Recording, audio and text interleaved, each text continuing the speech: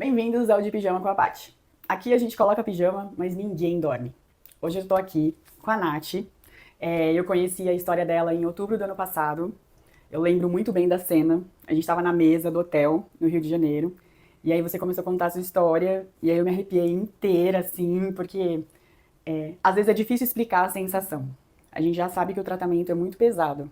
E aí você ainda teve um degrau a mais de intercorrências. Então a gente vai contar aqui um pouquinho disso. Nath, obrigada por estar aqui. Se apresenta, quem é você? Obrigada, Paty. É um prazer estar aqui com você. O carinho que a gente tem uma pela outra é recíproco. E eu senti isso, acho que é o nosso. Todo o nosso envolvimento ali, né, com o pessoal da fundação, isso foi rico e a maior gratidão que eu tenho é de ter me conectado com pessoas como você, que também é uma inspiração pra mim, a sua história também é uma inspiração pra mim. E que bom que a gente tem uma outra, né? Sim, eu que agradeço, Nath, você tá aqui, obrigada. Então, eu sou a Natália Pazetti, eu tenho 32 anos, sou mamãe do príncipe Benjamin. Lindo. Sou casada, tive diagnóstico de câncer de mama aos 30 anos, né, em 2023. Minha formação profissional é em estética, então eu sou uma apaixonada pela área da beleza, tudo que envolve aí o autocuidado, né, cuidado feminino. Mas hoje estou aí na internet com esse novo propósito que Deus colocou na minha mão, né? Sim. Que é levar realmente informação e inspiração e motivação para tantas outras mulheres. Muito legal. E aí, em 2023, você descobriu, teve diagnóstico. A hora que abriu o envelope, que o médico falou, Sim. Como é que foi? Eu fui fazer os meus exames de rotina, né, anuais, e mamografia não faz parte dos nossos exames de rotina, né, mas o meu ginecologista, ele sempre foi muito cuidadoso, então ele pedia pelo menos o ultrassom das mamas, né, e foi através do ultrassom das mamas que a gente encontrou o nódulo. Então, assim, em janeiro de 23, eu já comecei a sentir ali um carocinho na mama. Mas eu nunca fui uma pessoa muito encanada com essa coisa de doença. Então, e aos 30 anos você e aos não 30 pensa... anos, nenhum histórico na família, né? Minha mãe, Sim. minhas tias, nunca, nada, né? Então eu era a pessoa mais desencanada com essas coisas, né? E então, pra mim, aquele carocinho que eu sentia era talvez ali um leite que ficou empedrado, porque eu amamentei, né? Fazia pouco tempo que eu tinha parado de amamentar, então eu ficava pensando isso. Mas também, assim, tranquila, porque eu sabia que já estava perto de fazer meus exames, né? E um dos motivadores principais para eu fazer os meus exames era que eu queria engravidar novamente. Então, meu propósito ali era ter outro filho, né? Então, fizemos. Quando eu tava no ultrassom, o médico do ultrassom já falou a palavra nódulo ali, né? Que eles têm que falar para passar para a enfermeira anotar. E quando ele falou essa palavra, eu já me assustei, eu congelei ali na maca. E eu saí do consultório já muito apreensiva, porque ele falou essa palavra e aquilo me assustou. E eu liguei pra minha mãe, aí minha mãe, não, filha, mas fica tranquila, porque nódulo, toda mulher tem nódulo, né? Essa anuidade normal pra mulher ter nódulo, pode ser nódulo de água, de gordura, mas já teve nódulo, não sei o que lá. E aí eu, tá bom, vou ficar tranquila. E, por incrível que pareça, eu joguei no Google depois o nome que veio no laudo da ultrassonografia. Eu fiz a mesma coisa. E eu fiquei tranquila, porque assim, no Google falava que podia ser nódulo de água, de gordura. Então, eu não me preocupei. E eu marquei o meu retorno só pra dali um mês. De tão de boa que eu fiquei, assim, né? Fui no retorno médico, ali depois de um mês, e ele falou, olha, por conta desse nódulo aqui e o formato que esse nódulo apresenta, eu vou pedir uma biópsia. Só que quando ele desenhou o formato na tela do computador, eu já fiquei com muito Já medo. veio uma intuição, assim, de que alguma Porque coisa... era um nódulo pontudo, ele era triangular. E eu fiz faculdade de saúde, né? Na faculdade a gente aprende, nas aulas de anatomia, é que nódulo ele não pode ter ponta. Quando ele tem ponta, ele é maligno. Né? Então eu lembrei dessa frase da minha aula de anatomia. E aí eu fiquei vendo aquela ponta ali que o médico tinha desenhado. E ali a gente já começou a se preparar para um diagnóstico, né? Eu cheguei em casa, eu contei tudo pro meu marido. Ele é psicólogo. Então ele também lembrou da mesma fala na aula de anatomia que ele teve na faculdade dele, né? E ali a gente já começou a se preparar, né? Para um diagnóstico ruim. Mas quando veio a confirmação, é de fato um momento muito ruim, né? Que a gente sempre tem aquela pontinha de esperança, né? De que não vai ser, de que não vai ser, de que não vai ser.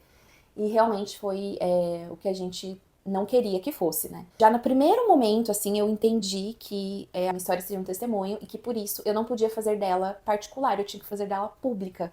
Então, esperei um tempo e depois que eu já tinha todo o encaminhamento, assim, de entender como seria o meu tratamento, eu passei a compartilhar mais da minha história nas redes sociais, né? E isso também acabou me ajudando a ter ali um motivo por trás de tudo isso, né? Eu acho que a gente sempre fica tentando buscar, né, o porquê, o pra quê. E isso eu acho que foi fundamental, assim, na minha trajetória. Entender que seria um testemunho, né? Algo que eu pudesse falar ainda mais do poder e do amor de Deus sobre nossas vidas, né? Essa frase é muito ruim de falar, mas é isso mesmo. Só quem já passou, né, sabe, É que sabe. as sensações, como fica a sua cabeça, o cansaço, enfim, os efeitos colaterais de uma quimioterapia. E aí, isso já é pesado. Isso já é muita coisa. E aí vem uma intercorrência. Eu lembro que, assim, no começo, a minha primeira quimioterapia, eu fiquei muito derrubada. Fiquei muito mal, assim. Fiquei de cama por 7 dias, só queria ficar deitada. E ali já foi o primeiro momento do questionamento, né? Por que que eu tenho que passar por isso, né? Mas, assim, no primeiro dia do diagnóstico, que eu recebi o diagnóstico, eu só soube me ajoelhar, Paty, e orar pra Deus, assim, porque eu entendia que eu não era melhor do que ninguém pra não passar por isso. Que eu tô suscetível a isso, Sim. como qualquer outro ser humano está, né? Não é Me agarrei muito na frase, nada é por acaso. Isso aqui nada tem um por acaso. porquê, Sim. isso aqui tá acontecendo por algum motivo. Sim. Tinha até uma enfermeira que falava assim, quem não aceita, quem não cuida da cabeça, tem o dobro de efeitos colaterais. Ela falava isso. Porque ficava esse porquê eu, quando você leva ao extremo, só pensa nisso, só fica nisso, você não aceita, não entende. Ela falava que as pessoas que ficavam assim, até os efeitos colaterais eram maiores nessas pessoas. E também uma coisa que eu fiz já logo na primeira semana do diagnóstico foi voltar pra terapia, né? Sim, é essencial, né? É essencial. Até o médico, na primeira consulta, já pergunta, você faz terapia? Se não, eu recomendo. A gente tem que estar com a mente A forte. cabeça tem que estar no lugar, né? O Porque corpo, o corpo vai ficar...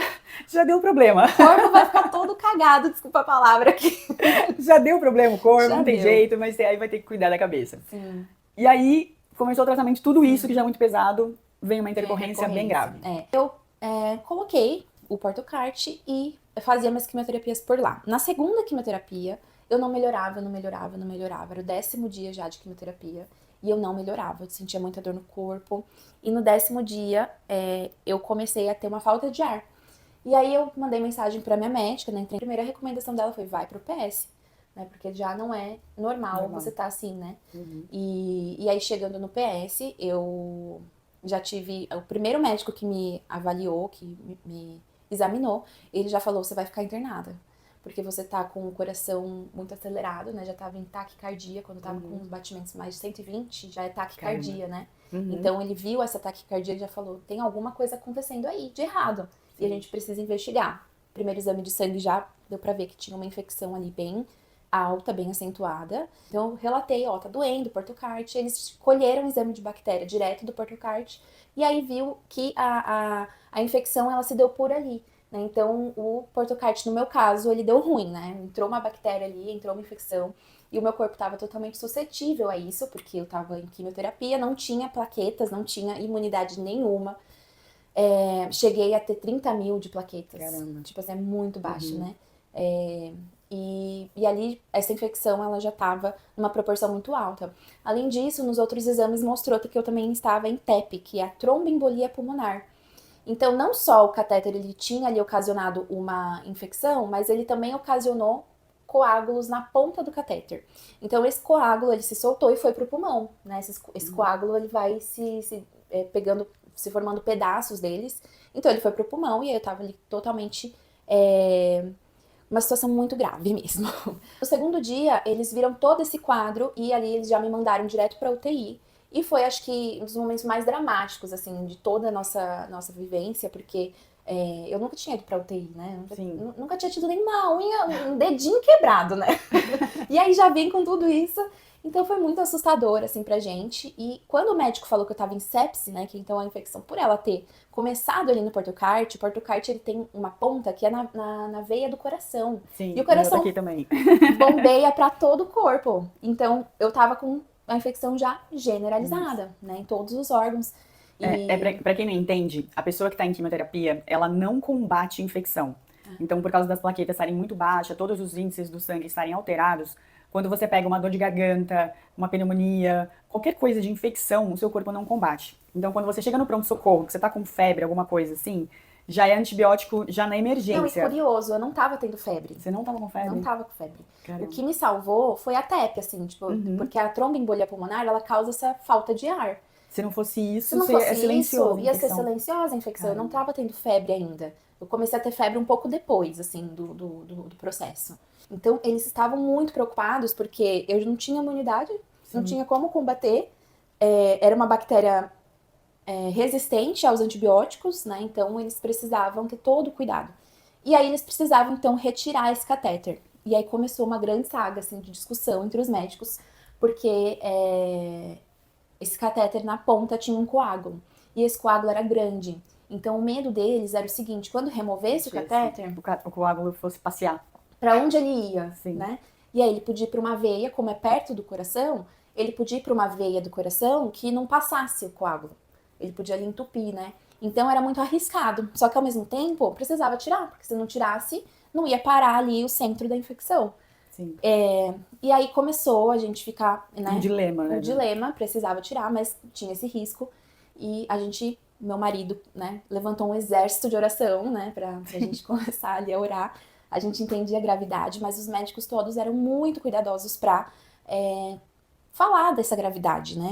E a gente entendia, mas ao mesmo tempo a gente sentia muita confiança que eles estavam tomando as melhores atitudes, né, pra que eu conseguisse passar por aquilo. No dia anterior da retirada do catéter, veio uma médica no plantão da UTI e veio falar com a gente, falar todo o meu quadro, né, porque sempre quando eu trocava de plantão, o médico vinha, te visita, fala do seu quadro e tal. Só que essa médica, ela não tinha muita sensibilidade ao falar como os outros. E aí ela virou pra mim e falou assim, amanhã, quando você for pro centro cirúrgico, abraça quem você ama. E aí, isso era 9 horas da noite, da terça-feira.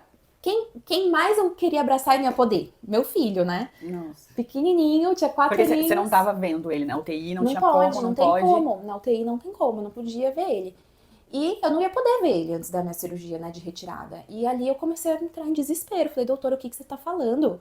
Né? Eu sei que é grave, mas eu não vou morrer, né? Eu não posso morrer. E só que ela, assim, pegando na minha mão, tipo, mas me olhando com aquela cara, assim, mas você vai. Tipo assim, ela já tava me mandando embora. Sensibilidade tinha que ser uma matéria, Tinha mas que não tem ser. como, você não Não consegue tem como. ensinar isso. Quantos anos tinha seu filho, né? 4. 4 aninhos. 4 aninhos. Ele já tinha um entendimento, assim, Já. que tava acontecendo? Ele não tinha um entendimento da gravidade, mas ele sabia que a mamãe dele tava mal, né? Entendi. Assim, então ele acabou também, ele teve também, né, o processinho dele ali. Mas eu tive muito apoio de toda a família, então todo mundo tentava proteger ele de todas essas notícias, né? Então eu ia ficar lá sozinha com essa bomba que a médica jogou ali, né? E como é que foi essa noite? Não, e assim, Paty, Meu Deus. eu sou uma pessoa que eu tenho muita fé mesmo, assim, Deus, ele é maravilhoso comigo, ele sempre foi me direcionando, assim, o Espírito Santo sempre foi me direcionando no que eu tinha que fazer, né, as palavras que eu tinha que pegar pra mim ou não pegar, e o meu pai, ele teve uma sabedoria, meu pai é pastor, e quando eu recebi o diagnóstico, ele falou assim, filha, vão ter palavras para sua vida que vão ter palavras de vida para sua vida, que as pessoas vão falar e isso vai ser bênção e essas você recebe. Agora, as palavras de morte você não recebe porque não é para você. Sim. Então você repreende, você lança fora, né? Você não aceita essa palavra. Sim. E quando essa médica veio ali no meu quarto para falar isso para mim, na hora eu lembrei disso. E ali eu já cancelei essa palavra, assim, eu falei, não, ela não tá sabendo, ela não sabe de mim, ela não me conhece, ela não conhece o Deus que eu sirvo, quem tá comigo me protege, né? Não, você tá contando tudo isso numa tranquilidade, mas se for pesquisar os termos médicos do que você teve, você tá aqui por acaso. Brincadeira. Eu sei. Então, você tá aqui É assustador. porque não chegou a hora, não era a hora, porque a gravidade da situação, eu falo que às vezes o câncer deixa essa... você fica menos sensível de falar sobre as coisas. Pra gente fica mais comum falar sobre morte, sobre doença, sobre a gravidade das coisas. Então, eu brinco que quando as oncofriends se encontram, não, eu tô com isso, tô com aquilo, e é normal falar de sintomas, né? Então, você tá contando tudo isso com uma grande naturalidade, mas foi uma coisa muito grave. Foi. Muito, muito grave. E começou, então, os preparativos pro centro cirúrgico, e essa é uma das partes, assim, que eu mais gosto de contar da minha história, porque eu acho que ali de fato a gente consegue entender que realmente Deus ele é muito poderoso e ele nos acompanha em cada detalhe, sabe? E aí fui chamada, né, vieram todo mundo pra me pegar, pra ir pro centro cirúrgico, E um dos médicos, que era o anestesista, o Dr. Maurício, eu nunca vou esquecer dele, nem do rosto dele, nem do nome dele, né? Mas ele foi muito carinhoso e ele chegou lá na sala assim, olha, vai ser rápido, viu? Anestesia local, tranquilo, vai dar tudo certo. E aí todo mundo ali muito positivo, vindo me buscar, e eu, tá bom, né? Amém, é isso, vai dar certo.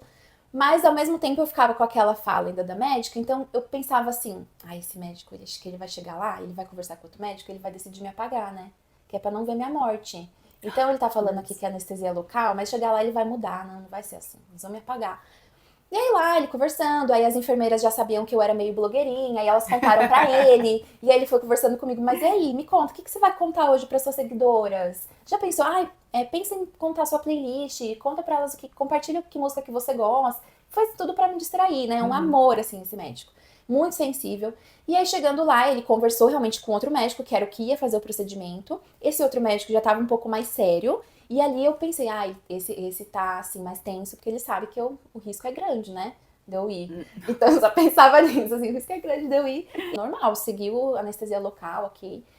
Só que eu comecei a ficar muito, realmente, ansiosa e nervosa, né? E comecei a Você já orar. percebeu que o centro cirúrgico é gelado É sempre? gelado, E é aí seu corpo muito tá gelado, tenso. tenso, você tá nervosa, aí sempre tem um médico assim pra quebrar o clima, graças a Deus. Graças a Deus, Mas são os já é enviados. um ambiente que deixaria você já muito tensa. Ainda com toda essa problemática por trás, né?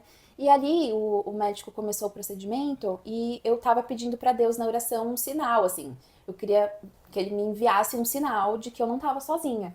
Né? Eu precisava, assim, falar, Deus, por favor, me mostra aqui. Eu pensava que eu ia ver um anjo, eu pensava que eu ia ter uma visão aberta, assim, de alguma coisa que ia aparecer pra me mostrar que Deus estava ali comigo.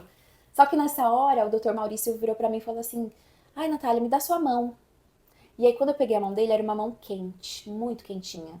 E aí, na hora, eu entendi que Deus, ele não dá sinais assim, né? Que a gente pensa que vai ser, a gente é meio Sim. infantilizado, né? Uhum. Deus, ele manda pessoas. E as Sim. pessoas são usadas por Deus pra nos fortificar, né? Pra nos trazer realmente a fé que a gente precisa pra continuar naquele momento. E ali eu entendi isso, que a mão do Dr. Maurício era Deus comigo ali, né? Foi quem ele enviou pra me tranquilizar. Sim. E aí, daqui a alguns segundinhos, o médico já falou, saiu o catéter, viu? Tá tudo certo. Tava muito infeccionado. Eu nunca vi um catéter cheio de pus assim. Caramba. E aí, eu perguntei, doutor, mas e o trombo, né? E o coágulo? Não, o coágulo tá aí, não se preocupa com ele. Daqui a pouco ele vai curar. Aí eu, nossa, amém, né? Tá bom.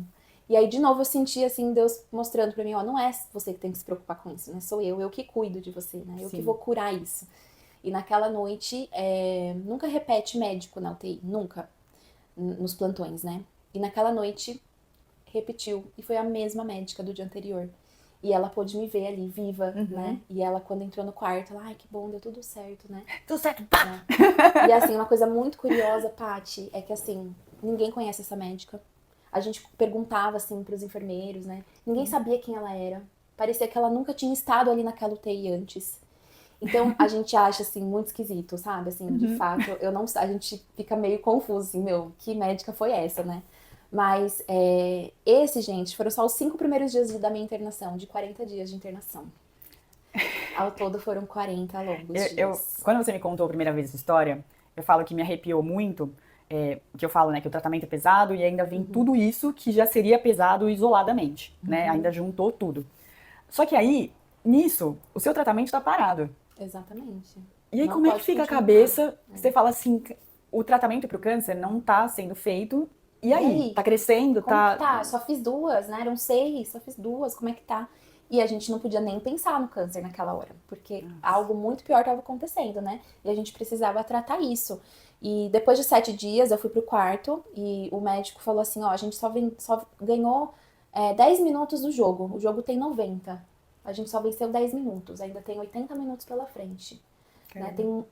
A Natália é muito grave o estado dela. Isso ele não falou pra mim. Ele chamou meus familiares num quartinho pra falar assim, a Natália é muito grave, eu não quero perder a Natália, mas eu tô num mato sem cachorro.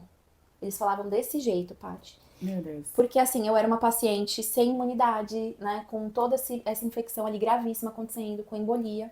E eles, naquele momento, eles estavam investigando a endocardite, né, que é a infecção no coração decorrente dessa bactéria.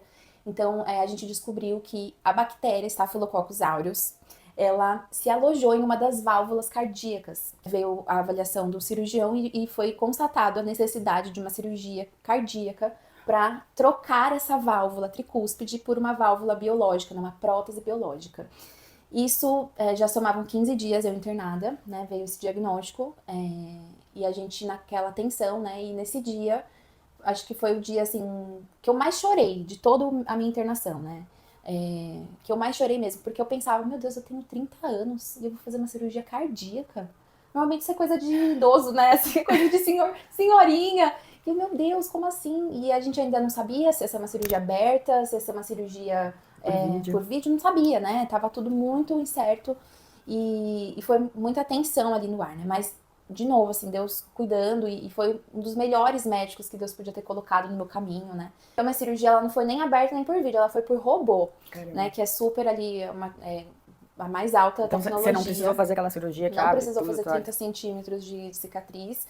Foram 8 ou 10 centímetros aqui embaixo da mama esquerda, da mama direita, a mama que não tem, não tinha o câncer, né? Então, eles abrem aqui e afastam as costelas. E aí eles acessam o coração por ali. E aí faz ali toda a troca, né? E quando ele abriu, ele falou, realmente sua válvula estava estragadíssima por conta da bactéria, né? Então, eles colocam ali uma prótese biológica, que é uma prótese de porco. Então, ela fica e ela dura muitos anos, né? Ela vai durar aí mínimo uns 10 anos depois, só que a gente faz a troca dela de novo. Depois veio mais uma notícia ruim, que foi ele falar que eu ia precisar de um marca-passo cardíaco pro resto da vida, né? Então, depois da cirurgia, deu tudo certo, ok, passou pela cirurgia cardíaca. E aí veio 2 dias depois a notícia que eles iam precisar implantar um marca-passo pra sempre, né? E aí parecia que não acabava, sabe? Assim, era uma coisa atrás da outra e eu não respirava. E a gente naquela tensão, né? Mas deu tudo certo. Colocou o marca-passo e tá tudo bem, né? Depois eu entendi que a vida com o marca-passo é normal, porque não muda nada. Quando a gente não tem contato com alguma coisa, por exemplo, meu primeiro câncer, eu nunca tinha tido contato com pessoas em tratamento de câncer. Então a gente tem aquela visão de novela, né? Que a pessoa fica careca, definha e morre. Eu tinha essa visão antes de ter tratamento. Que é um estigma, né? Infelizmente, por trás da doença. Né? Exatamente. E hoje em dia as medicações são muito mais avançadas. Antigamente, câncer de mama, eles arrancavam as mamas da mulher, davam uma quimioterapia que se ela sobrevivesse, ok, obrigada, e tipo, vambora. E muitas vezes ela nem sobrevivia porque a quimioterapia acabava com ela. Exatamente. Né? Hoje em dia não, as medicações são mais específicas, têm efeitos colaterais, mas comparado a 30 anos atrás, era muito absurdo. Exatamente. Porque você fala assim, alguém com marca-passo. A pessoa não anda, não faz exercício, a pessoa, tipo... Você não sabe o que aquilo significa direito, né? Então, quando me falavam, vai pôr o marca-passo, o quê? Como assim? Eu já achei que eu ia ficar, assim, incapacitada. Mas, assim, de novo, né? A gente vai entendendo que todas as tecnologias que tem hoje, né? Tudo facilita muito e é vida normal. Então, essa coisa que muda na minha rotina é frequentar mais vezes o médico, né? Mas, assim, tudo normal. E aí, a gente finaliza, né? Esses 40 dias de internação com essa vitória, né? Com esse milagre realmente. Assim, sim, foi um milagre. Deus proporcionou sobre minha vida. Porque a gente tá falando tudo muito natural aqui, mas não tem outra explicação a não ser milagre. São só milagres, um atrás do outro, né? Eles decidiram fazer um exame pra ver as mamas, né? Pra ver como é que tava ali o nódulo, não sei o quê. E quando fez o exame, quase que o médico não acha o nódulo, porque ele já estava muito miúdo. Caramba. Então, as 2 químios que eu tomei, elas foram muito assertivas. Nossa, funcionaram, foram super eficazes. Foram super eficazes. Pra aguentar esse prazo. Nossa, aí a gente pôde respirar e pensar assim, nossa, tudo bem, né? Perdi a terceira químio, eu perdi o tratamento, mas pelo menos ele tá aqui, tá estável, não tá nada se alastrando, não avançou, né? Então, deu mais um respiro pra gente falar, não, vamos lá, né? Quando as mulheres iniciam um tratamento de câncer de mama, existem algumas preocupações normais. Vai cair o cabelo, vai inchar, vai engordar, vai vomitar, vai não sei o quê. E as suas preocupações tinham um outro nível. Foram de outro nível. E aí você, como é que veio essa parte de ficar careca, desse luto, né, de perder cabelo, tendo essa preocupação gigante? Como é que você conseguiu lidar com isso? Quando eu perdi o cabelo, eu ainda não tinha passado por todo esse problema, né? Então, eu tava tranquila, assim, tudo bem, vamos lá, vamos ficar careca e vamos usar lenço, vamos fazer as outras... Eu sempre busquei formas de me sentir bem e acho que isso é uma dica, assim, muito importante, né? Quando você descobre que vai cair o cabelo, vai ficar careca, começa a buscar outras Sim. formas de você se cuidar, de você se sentir bem, né? Aí isso foi me motivando, né? Então os acessórios, os lenços, a maquiagem, que sempre fez parte da minha vida, hoje ia fazer muito mais, né? E eu construí uma outra história com a maquiagem a partir disso, quanto ela me ajudou, né? Nessa busca da autoestima. E eu acho que o importante é isso. Mesmo careca, a gente não esquecer da gente, não esquecer de buscar pela nossa autoestima, por nosso bem-estar, né? Exatamente. Com a internação, era muito engraçado que mesmo eu lá na UTI, quase sem respirar direito, com catéter de oxigênio, eu pedia minha necessaire de maquiagem. Falava, deixa eu passar um blush aqui, porque eu não sou obrigada. E às vezes na cabeça nada, mas eu gostava de colocar um lenço aqui pra não aparecer a camisola da UTI, sabe? Assim, quando iam me visitar ou tirar foto, aí eu sempre colocava pra eu Ter não só esse perder, registro sabe? de hospital. E também assim, pra eu não me perder no que eu sou, Sim. sabe? Eu sempre fui assim, sempre fui vaidosa. E depois, né, depois de um tempo, as análises psicológicas, né, em terapia, a gente entende que assim, essa minha busca pela minha autoestima, ainda no hospital, também era eu lutando pela minha sobrevivência, né? Sim. Então, Agora vamos pular um pouquinho para sua família.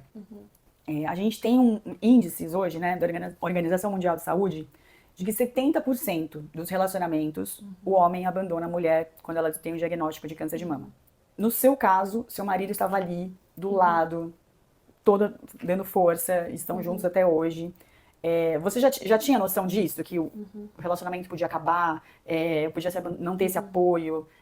Graças a Deus você está com uma pessoa que deu todo esse suporte. Existia esse medo, assim? então, quando eu cheguei a esse dado, essa informação, né, eu fiquei muito assustada, assim, porque eu não imaginava que isso existe, né? Que existe alguém capaz de abandonar a pessoa que você disse sim, né? A pessoa que você escolheu como seu parceiro, sua Que na parceira. teoria é pra vida Que inteira. na teoria seria pra vida inteira. Sim. Então, eu fiquei muito chocada, porque não é a minha realidade, né? A gente é parceiro pro que der e vier, na saúde e na doença. E eu sempre soube disso, assim, né? Que ele não me abandonaria, que ele estaria comigo sempre, apesar dos apesares. E ele foi, eu falo assim, que tudo bem, eu sou heroína, mas ele também foi o meu grande herói nessa história. Né? Porque o que ele aguentou, eu acho que ele sofreu até mais do que Porque ele não eu. podia te demonstrar o que ele estava recebendo de Exato. notícia nos bastidores. Exato. Essa história do médico falar dos 90, do 80, 90, que ganhou só 10 minutos, eu só soube muito tempo depois, porque eles falaram pra eles, pra minha mãe e pro meu marido que estavam me acompanhando naquele momento. Então, o sofrimento deles, né, da família toda, eu acho que é maior, porque eles não podem estar ali o tempo todo e eles ficam assim, de mãos atadas. Porque a pessoa, o acompanhante, né, a gente fala, tem uma vida, tem trabalho, tem toda uma rotina de vida que tem que te acompanhar. Então ele não tá doente, mas ele vai viver essa rotina de hospital, vai viver tudo isso. Tudo isso junto. Então, Interna junto, né? Hoje é estudado muito a saúde mental do acompanhante também. Porque ele na sua frente, ele tem que estar demonstrando força, tem que estar te dando força, tem que estar bem todo dia. E você tá ali com os efeitos colaterais. E um dos efeitos colaterais das medicações, para quem não sabe, é irritação. Então, você tá ali quase perdendo a paciência por nada, que é um efeito colateral, e a pessoa tem que estar aguentando, né, o Até, às saco de vezes, o seu mau pancadas. humor, né? Sim, tem que estar ali aguentando. Então, é muito difícil você pensar assim que a pessoa não tá visualizando isso como um efeito colateral e te abandona. Exatamente. Então, eu converso com algumas meninas que eu fico chocada. Eu também. Porque Eu fico chocada.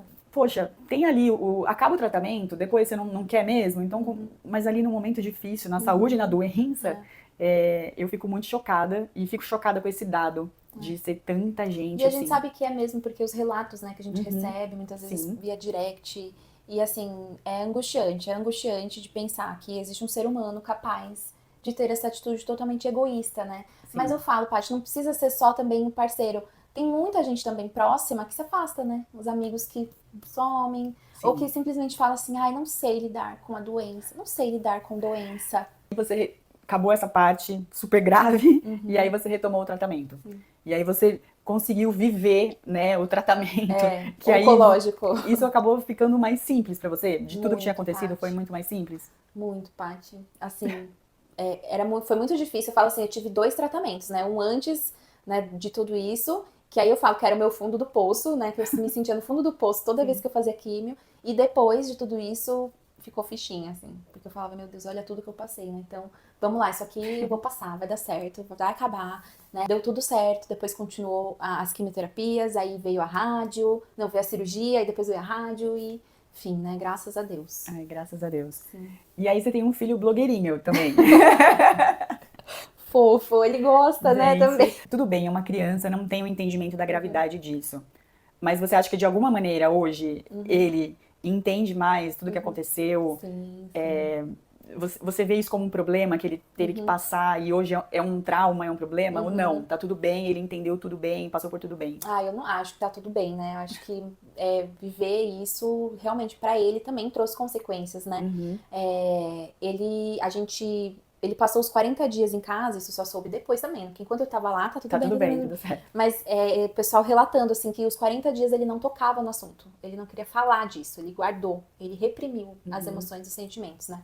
E a gente percebe muito também, assim, que pra ele foi difícil também pelas falas que ele traz hoje em dia, soltas, assim, né, de vez em quando. Então, um dia eu tava ouvindo um podcast, errada também, minha culpa, eu ouvi um podcast de câncer de mama daquele doutor Daniel Brutus. Acho o conteúdo dele muito interessante. E eu tava ouvindo um podcast dele, ele falando que a porcentagem de mulheres que morrem depois por problemas cardiovasculares é muito grande comparado com a quantidade pelo câncer. E aí eu fiquei assim, falei, meu Deus, mas... Aí ele escutou essa frase comigo. Ele falou assim, nossa, mamãe, ainda bem que isso não aconteceu com você, né? Graças a Deus. Falou desse jeito. Aí eu, meu Deus, deixa eu desligar isso aqui, né? Que tá causando gatilho no menino. Mas assim, essas falas me trazem de como, de fato, ele entendeu. E não só ele entendeu, como ele viveu tudo aquilo também. Ele sentiu tudo aquilo, né? E hoje ele faz terapia também, né? Já colocamos, porque a gente quer trazer para ele também um alívio de tudo isso que ele passou junto com a gente, né? Sim. Toda a família sentiu muito e sofreu. E lógico, ele 6 anos hoje, né? Tem um jeitinho dele de transparecer isso, mas a gente sabe que ele também sofreu, ele também sentiu. E a gente é muito grudado, muito, eu e ele, assim.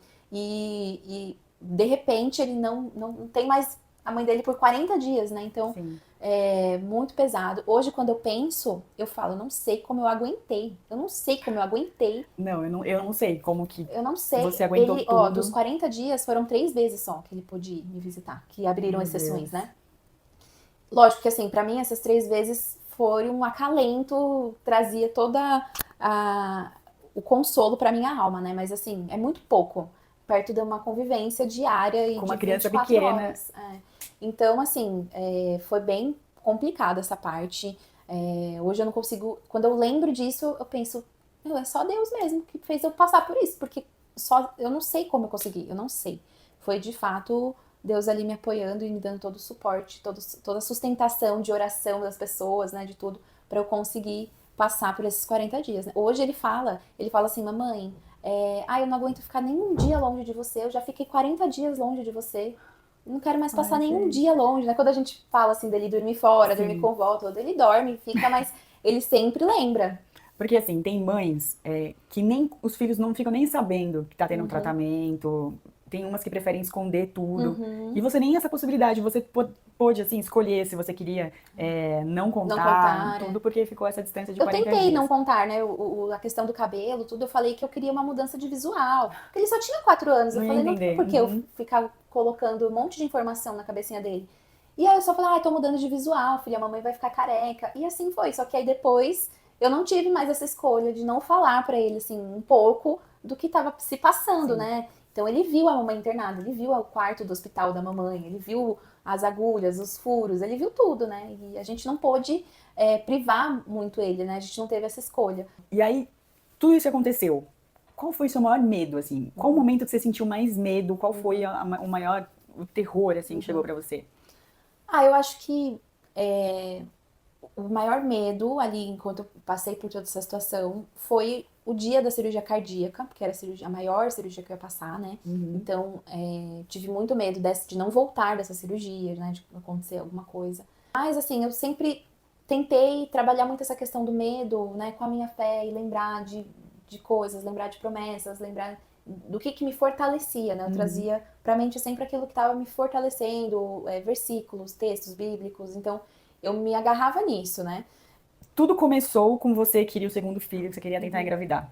Sim. E existe esses planos ainda? Existe isso ainda? Ou fica pra próxima vida? Não, assim, muita coisa muda, né, dentro da gente, depois de passar por tudo isso. Esse é um assunto que eu ainda tenho trabalhado, ainda tenho tentado me entender como que eu fiquei com relação a isso. Mas assim, você poderia engravidar ou não? poderia, porque eu não tenho o subtipo do câncer, eu não precisei fazer bloqueio hormonal, não preciso fazer bloqueio hormonal. Então, fisicamente, fisiologicamente falando, eu posso engravidar, né? Ainda tenho tempo, eu ainda não tô liberada para isso, né? Sim. Então, assim, eu acho que enquanto eu ainda não tô liberada, é um assunto que eu não consigo pensar. Tipo, não quero, não vou pensar nisso agora, né? Então eu falo que esse é um problema pra Nath do futuro resolver depois que a médica fala assim, tá tudo bem, você pode tentar, e aí eu vou pensar como que eu tô com relação a esse assunto, né? E hoje a Nath segue uma vida normal, malhando, Isso. tudo certo, como por mais que tenha um marca-passo.